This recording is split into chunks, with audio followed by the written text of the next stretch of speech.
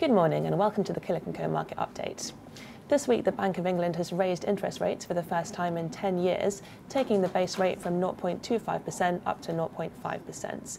There are 9 members of the Bank of England's voting committee, and of them 7 voted for the rate rise and 2 voted against. So a significant majority voted for, but it was not unanimous.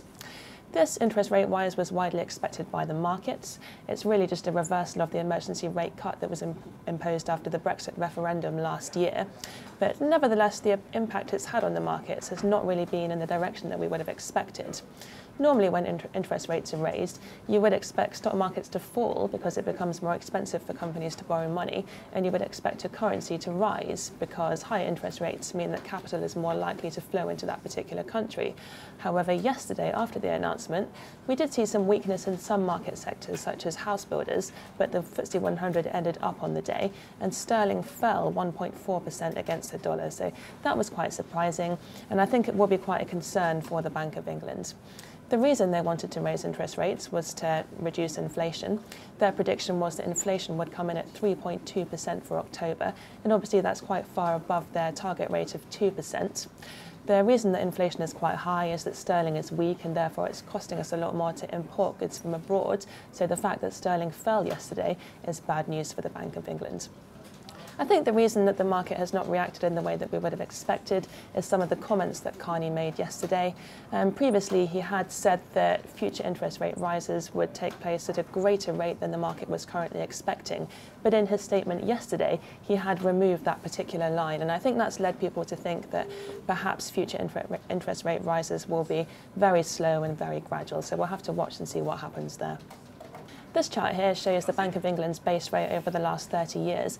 And as you can see, there was quite a long period of nearly 20 years when the interest rate was around about the 4 to 6% range. So for that reason, I think a lot of people do think that between 4 and 6% is really a normal level of yield for investments. However, for 10 years now, we have had rates at about 0.5%, and therefore it is very difficult to obtain income from investments. And a number of economists have predicted that whereas 5% was previously seen as the normal rate of long-term interest rates, now that new normal rate is probably in the region of about 2.5%.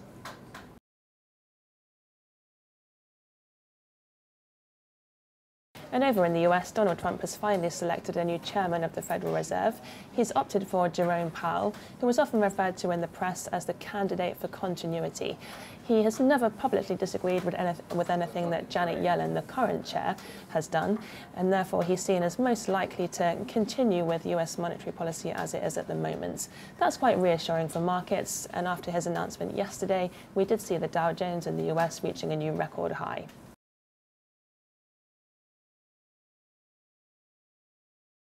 The Brent crude oil price has hit $60 per barrel for the first time in 2 years. If you have a look at this chart here, you can see the oil price over the last 5 years. As you can see, back in 2014, the price was over $120 per barrel. Then in January of last year, it fell all the way down to $27 per barrel. And over the last 2 years, it has risen slowly. Now it's back up above $60 per barrel. There are a number of reasons why it's risen a bit recently. One of those is that OPEC has been a bit more successful than expected in reducing the supply of oil. Saudi Arabia is by far the largest producer of oil within OPEC, and at the moment Saudi Arabia is trying to list or sell a small part of its state-owned oil company. The higher the price of oil, the more that Saudi Arabia will be able to get for its state-owned oil company, and therefore it's in the interest of this country to get the oil price as high as possible.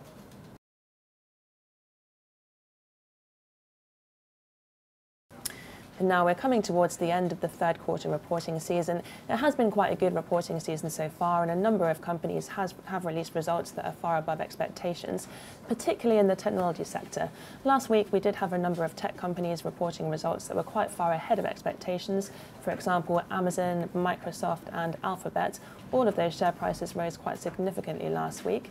And last night we had results from Apple. Those were also above expectations, and the share price of Apple was up about 3% last night in after-hours trading. Apple is now moving closer to becoming the world's first trillion-dollar company, so I thought it would be quite interesting to have a look at the top 6 companies by market cap on the stock exchange at the moment. Here's the list. As you can see, that Apple is at the top with a market cap of $868 billion. Then we have Alphabet, Microsoft, Amazon, Alibaba, and Warren Buffett's Berkshire Hathaway. So we will be keeping an eye on those companies over the next couple of years to see which one reaches $1 trillion first. Moving on to the week ahead, as I said, we are drawing towards the end of the third quarter reporting season, and this week the calendar is looking a bit quieter than the one last week. But next week we do have some results to look out for, particularly in the insurance sector. We have Direct Line and eShore, and we've also got results next week from AstraZeneca and Walt Disney. That's it from us. Have a great weekend, and we'll see you next Friday.